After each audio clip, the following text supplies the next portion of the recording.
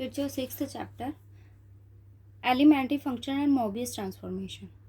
Elementary functions, f of z, let f of z, I am taking here function f of z is said to be a single valued. If it satisfies this condition that f of z equals to f of z r theta equals to f of z r theta plus 2 pi.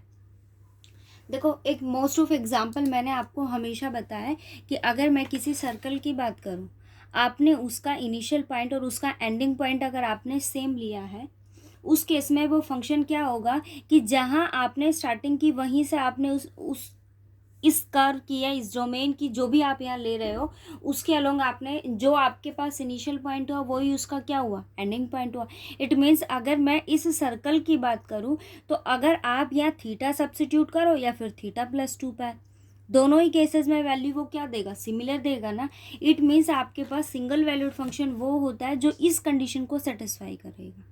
But अगर मैं बात करूँ multi valued की, तो multi valued आपके पास क्या होता है, जो इस कंडीशन को सेटिस्फाई नहीं करता.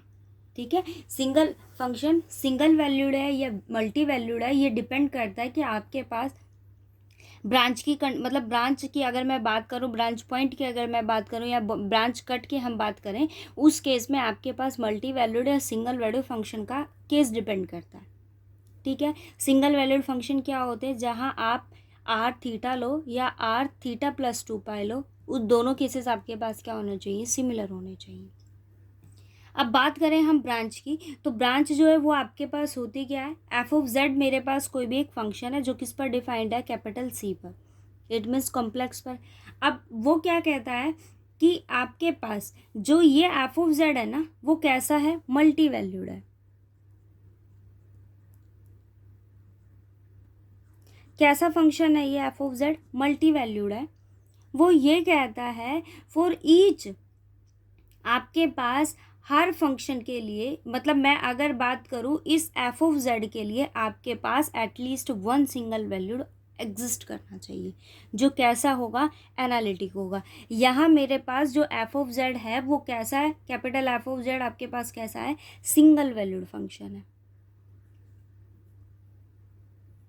ठीक है, तो ब्रांच आपके पास क्या होती है, मल्टी वैल्यूड फंक्शन के कॉरस्पॉन्ड आपके पास एक सिंगल वैल्यूड फंक्शन एग्जिस्ट करना चाहिए जो कैसा है, एनालिटिक है और किस पर है, इस डोमेन डी पर. उस केस में वो उसका क्या कहलाएगा, ब्रांच कहलाएगा. अब फॉर एग्जांपल जैसे यहाँ लिया एफ ऑफ जेड, आपके पास क्या है, अंडर रूट जेड. जेड की वैल्यू क्या होती है, आर ई आयोटा थीटा. मैंने यहाँ सब्सिट्यूट किया जेड 1/2 किसके इक्वल होगा, r 1/2 e iota theta by 2, यही वैल्यू फॉर्म करेगा. अब आप अगर देखो यहाँ मैं आर को नेगेटिव चूज़ नहीं कर सकती क्योंकि इसकी पावर आपके पास क्या है, अंडर रूट 2 है ना, तो वो नेगेटिव नहीं हो सकता. यहाँ क्या लिया, ई आयोटा थीटा बाय 2. मैंने अल्फ़ा चूज़ किया जहाँ आपके पास थीटा की वैल्यू अल्फ़ा से स्ट्रिक्टली ग्रेटर है बट अल्फ़ा प्लस 2 पाई से स्ट्रिक्टली लेस है. अब आप अगर इस कंडीशन को देखो तो यहाँ आपके पास ये जो थीटा है वो कुछ ऐसे स्पाइरल फॉर्म में होगा, क्लोज्ड का फॉर्म नहीं करेगा, वो कुछ ऐसे स्पाइरल फॉर्म में होगा, तो वो आपके पास क्या हो गई, उसकी ब्रांच हो गई. और अगर मैं बात करूँ इस एक्सिस की, जो आपके पास यहाँ क्या है, थीटा इक्वल्स टू अल्फ़ा, ये उसका क्या हो गया, ब्रांच कट हो गया. और ये पॉइंट जिसके कॉरस्पॉन्ड आप यहाँ स्पाइरल कर रहे हो या जिसके कॉरस्पॉन्ड वो एक क्लोज्ड का फॉर्म नहीं करता, तो वो आपके पास क्या होता है, ब्रांच पॉइंट होता है.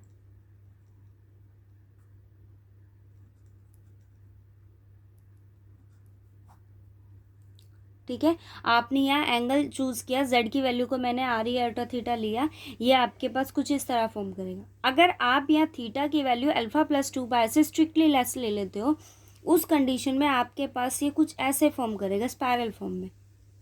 क्लोज्ड कर्व नहीं बनेगा, इसका स्टार्टिंग और एंडिंग पॉइंट आपके पास सेम नहीं है, तो ये आपके पास क्या हो गया, ब्रांच पॉइंट. और ये एक्सिस जिसके कॉरस्पॉन्ड वो स्पायरल हो रहा है वो आपके पास क्या हो गई, ब्रांच कट हो गया. ठीक है, अब देखो आपके पास ई जेड ई एक्स, ये ई जेड है एक्सपोनेंशियल फंक्शन, इसकी वैल्यू हम पढ़ते हैं रियल के लिए, जो ई एक्स की वैल्यू आपके पास क्या फॉर्म करता है, 1 + x + x² / 2 फैक्टोरियल. मैंने यहाँ क्या लिया ई जेड, उसकी वैल्यू आपके पास क्या है 1 plus z square by 2 factorial up to z होता क्या है x plus iota y, substitute करेंगे x plus iota y plus x plus iota y whole square by 2 factorial up to. मैंने क्या किया यहाँ सब्स्टिट्यूट किया, पुट किया, एक्स आपके पास किसके इक्वल है 0 के इक्वल है। अगर ये 0 के इक्वल है सब्स्टिट्यूट करेंगे e iota y 1 plus iota y square over 2 factorial up to. Next term हो गया आपके पास iota y cube by 3 factorial. Next term होगी iota y whole power 4 over 4 factorial, यही वैल्यू रहेगी अप टू। अब आप देखो इसमें रियल और इमेजनरी पार्ट को कंबाइन करो ज़रा 1, उसके बाद स्क्वायर में आपके पास रियल आएगा बट नेगेटिव आएगा, 4 में रियल आएगा बट पॉजिटिव आएगा, और आयोटा की टर्म को कंबाइन करेंगे तो वाई क्यूब माइनस आयोटा और वाई 5 कुछ ऐसे ही फॉर्म करेगा। देखो ये कैसे है ऑल्टरनेटिंग साइन में, अगर आप इसको देखो तो ये इवन पावर किस में है वाई में, और ये ओड पावर किस में फॉर्म करता है वाई में। सो ये वैल्यू क्या हो गई कोस वाई और ये क्या हो गया sine y. It means e iota theta की वैल्यू आपके पास क्या होती है cos theta plus iota sine theta.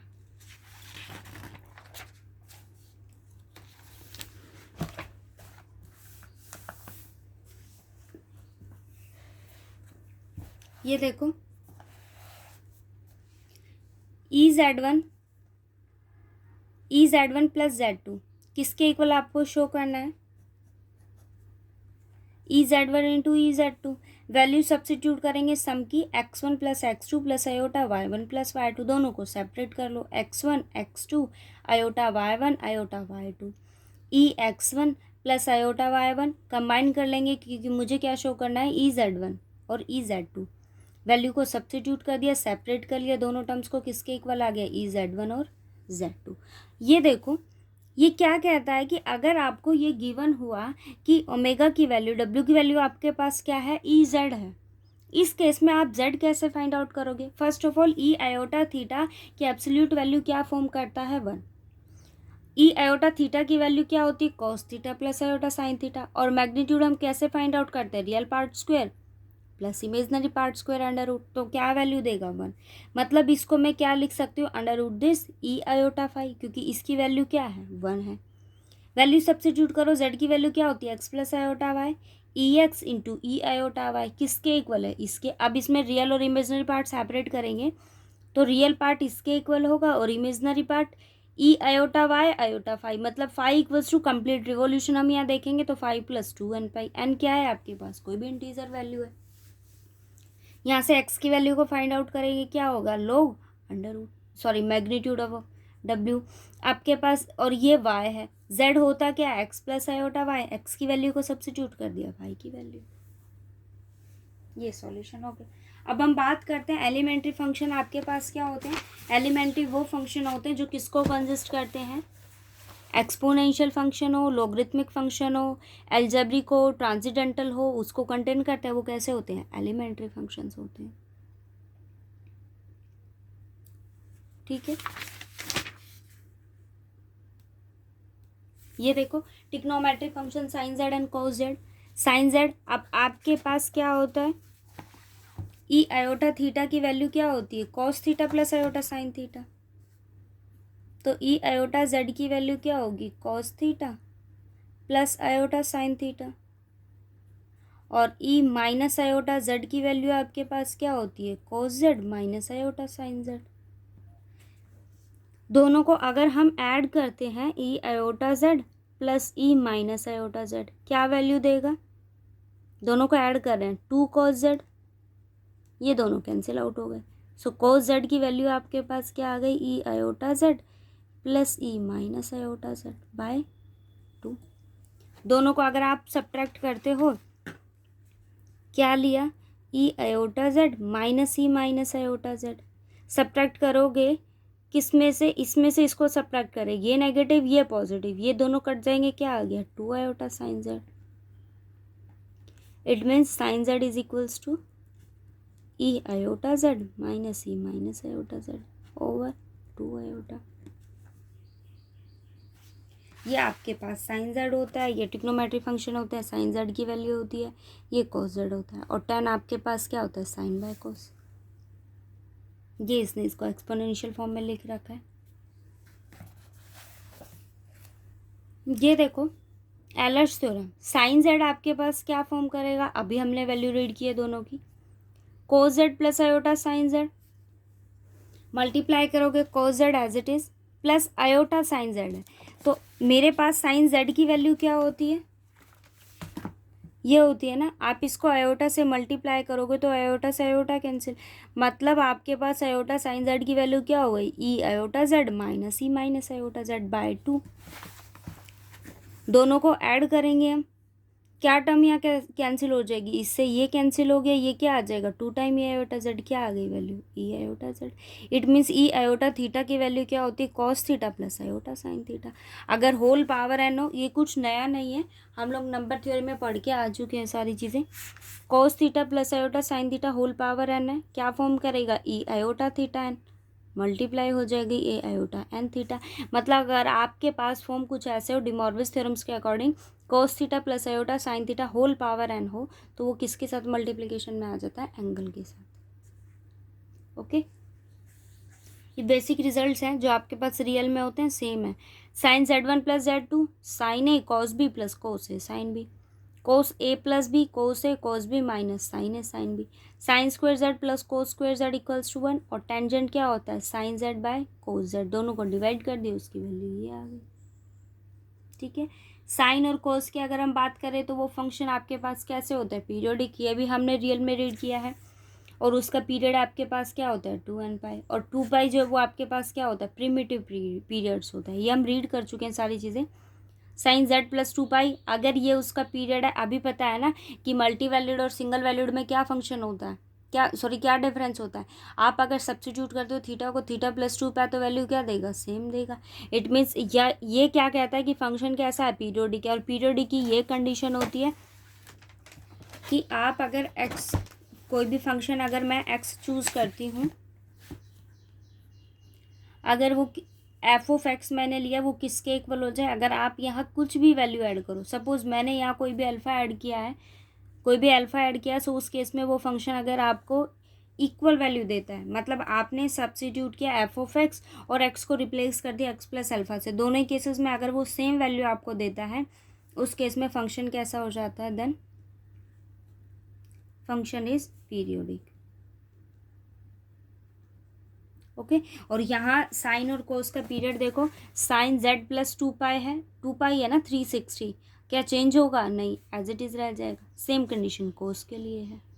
Okay, ये इसने आपको बता रखा है, पाई/2 है 90 है तो चेंज हो जाएगी वैल्यू, पॉजिटिव नेगेटिव क्वाड्रेंट के अकॉर्डिंग हम चेक कर लेंगे।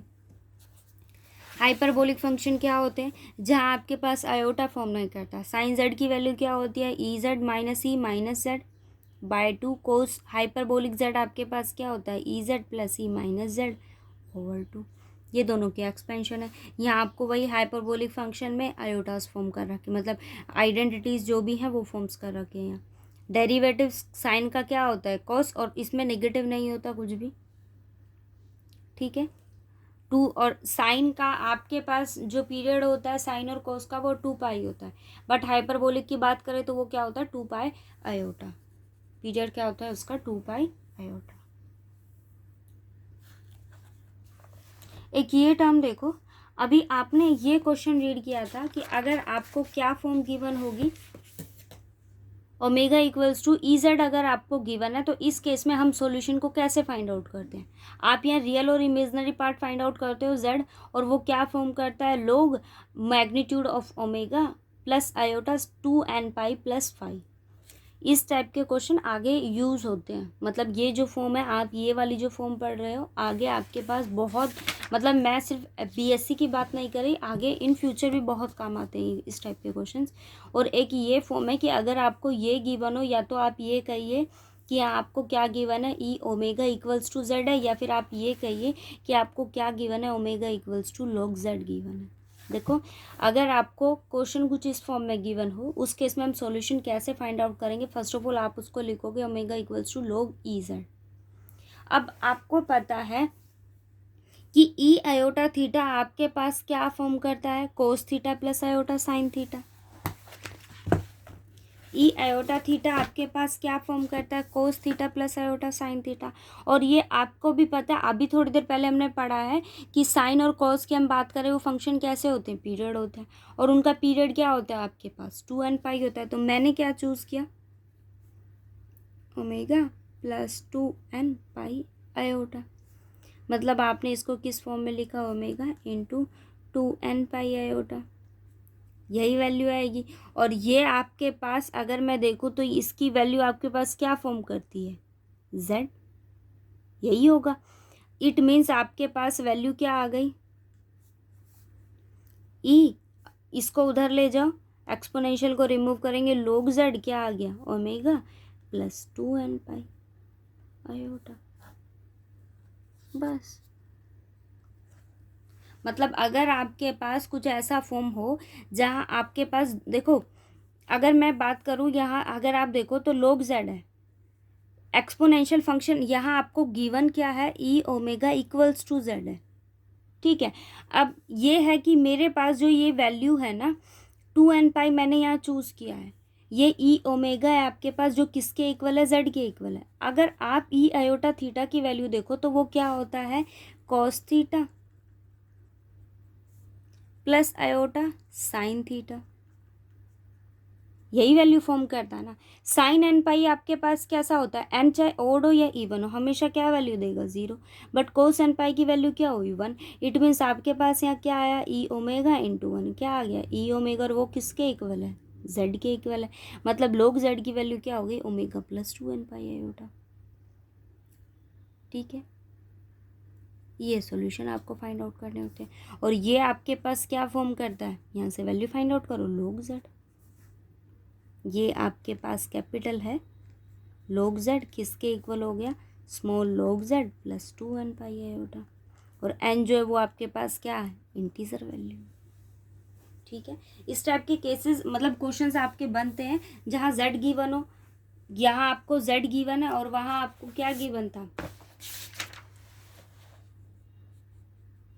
ठीक है। इन केसेस में आप सॉल्यूशन कैसे फाइंड आउट करते हो वो डिपेंड करता है। और ये देखो लॉगरिथमिक फंक्शन, ये आपके पास प्रिंसिपल वैल्यू होगी। और जैसे ये देखो हम यहाँ दो फंक्शंस यूज़ कर रहे हैं, एक आपके पास कैपिटल है और दूसरा आपके पास क्या है, स्मॉल है। तो यहाँ दो वैल्यूज़ हैं, अगर मैं कैपिटल लॉग की बात करूँ तो यहाँ प्रिंसिपल वैल्यू फाइंड आउट करते हो, और इस केस में मैं क्या फाइंड आउट करती हूँ, जनरल। प्रिंसिपल वो होता है जहाँ आप कंप्लीट रोटेशन, कंप्लीट देखो अगर मैंने इसकी वैल्यू को क्या लिखा है, ये आपके पास कोई भी थीटा है, क्या सब्सिट्यूट करा है, theta plus 2n iota, complete form में उसको रिड्यूस किया, तो वो आपके पास क्या वैल्यू फॉर्म करता है, प्रिंसिपल वैल्यू, ठीक है। तो ये जो हम लोग जेड का यहाँ यूज़ कर रहे हैं, ये क्या है आपके पास, प्रिंसिपल वैल्यू है। ये देखो डेरिवेटिव 1/z फॉर्म करेगा, लोग m1 प्लस m2 अगर हम ले तो लोग m प्लस लोग n, डिवीज़न में भी ये बात आपके पास फॉलो करती है। बट अगर मैं यहाँ कंप्लीट के लिए बात करूँ ना, अगर मैं कंप्लीट कर रही हूँ, कैपिटल की बात करूँ, अगर मैं प्रिंसिपल वैल्यू की बात करूँ तो वो आपके पास तभी एप्लीकेबल होगा जब उसका आर्ग्यूमेंट की अगर वो वैल्यू अगर आपके पास -π से +π के बीच एग्जिस्ट करती है, ये तभी एप्लीकेबल होगा। मतलब देखो हम यहाँ दो वैल्यूज़ फाइंड आउट करते हैं, एक आपके पास होता है कैपिटल log z और एक आपके पास होता है log z। अगर मैं इसकी बात करूँ तो log की कंडीशन को अगर आप देखो z1 इंटू z2, ये आपके पास log z1 प्लस z2 तभी फॉलो करेगा जब आपके पास इन दोनों का सम -π से ग्रेटर होगा और +π से क्या होगा, लेस होगा, ठीक है। लेकिन अगर मैं स्मॉल की बात करूँ, स्मॉल log z की, तो वो हर कंडीशन को सेटिस्फाई करेगा, उसके लिए कोई रेस्ट्रिक्शंस नहीं है। लेकिन आप अगर किसी टर्म की प्रिंसिपल वैल्यू को फाइंड आउट करते हो तो उसके लिए रेस्ट्रिक्शंस होती हैं, ठीक है। सेम कंडीशन अगर मुझे small argument z find out करना है तो उसके लिए कोई कंडीशंस नहीं होंगी। बट अगर कैपिटल आर्ग्यूमेंट ऑफ z यानी कि प्रिंसिपल आर्ग्यूमेंट ऑफ z अगर आपको फाइंड आउट करना है तो उसके लिए आपके पास कंडीशंस एप्लीकेबल होंगी, ओके। नेक्स्ट देखो इन्वर्स ट्रिग्नोमेट्री फंक्शन की बात कर रहा है, अगर z आपके पास साइन ओमेगा के इक्वल है तो ओमेगा की वैल्यू क्या होगी, साइन इन्वर्स z। ये कंडीशंस आपको दे रखी हैं। डेरिवेटिव हो गया या कोई भी वैल्यू होगी, आप सॉल्यूशंस को फाइंड आउट कर सकते हो। ये देखो जनरल पावर ऑफ अगर आपको जेड ए में गिवन है, इस केस में अगर सॉल्यूशन फाइंड आउट करना होता है तो आप वहाँ दो चीज़ें चूज़ करोगे। अगर जेड की पावर ए आपको गिवन है तो आप क्या लोगे वहाँ पर, एक्सपोनेंशियल भी लोगे और क्या लोगे, लोग भी लोगे। ठीक है, मतलब मैं यहाँ क्या लूँगी, लोग भी लूँगी और एक्सपोनेंशियल भी लूँगी। फर्स्ट ऑफ ऑल मैंने यहाँ क्या लिया, लोग जेड ए आगे आ गया लोग जेड, और उसको किस फॉर्म में लिख दिया, ई ए लोग जेड। अब आप सॉल्यूशन इस केस में फाइंड आउट करोगे, क्योंकि आपने अभी थोड़ी देर पहले सॉल्यूशन फाइंड आउट करा है कि लोग जेड अगर आपके पास हो तो उस केस में हमारे पास सॉल्यूशन क्या मिलेगा, ये सॉल्यूशन फाइंड आउट कर दो बस। ठीक है, मतलब ये ना केसेस है कि आपके पास अगर क्वेश्चन की फॉर्म कुछ ऐसे गिवन हो और वो आपको कहे कि यहाँ जेड की वैल्यू को फाइंड आउट करो, ये वो केसेस हैं। ठीक है, अभी हमने ये दो फॉर्म्स पढ़ी है, एक आपके पास इसके लिए जब आपको क्या गिवन होगा, e omega equals to z, और ये केस किसके लिए जब आपके पास क्या गिवन होगा, omega equals to e z. But ये क्या कहता है, अगर आपके पास यहाँ z की पावर कुछ समथिंग गिवन हो तो आप क्या करोगे, लोग भी अप्लाई करोगे और एक्सपोनेंशियल फंक्शन भी लोगे। अब ये कंडीशन डिपेंड करता है कि ए आपके पास क्या फॉर्म करता है। ए अगर आपके पास रियल रैशनल हो जाता है तो m/n, तो यहाँ क्या आ जाएगा, ई m/n लोग z। तो आपको इसके लिए केस कंसिडर करना पड़ेगा, इस केस में आपको सोल्यूशन को फाइंड आउट करना पड़ेगा। ठीक है, और देखो आपके पास डिपेंड करती है प्रिंसिपल वैल्यू कहाँ से कहाँ तक, -π से +π के बीच में। इक्वालिटी किसी एक के लिए हो सकता है बट दोनों के लिए वो कभी एप्लीकेबल नहीं होगा। ठीक है, तो इसके बिहाफ पे क्वेश्चन आ सकते हैं इन तीनों केसेस के आपके पास, कि अगर जेड ए होता है तो हम वहाँ जेड की वैल्यू को क्या फाइंड आउट करेंगे, और अगर ई ओमेगा जेड होगा तो उस केस में हम सॉल्यूशन कैसे फाइंड आउट करते हैं, और अगर आपके पास जेड किसके इक्वल है, ई ओमेगा अगर किसके इक्वल है, ई जेड के इक्वल है, तो उस केस में हम सॉल्यूशन को कैसे फाइंड आउट करेंगे।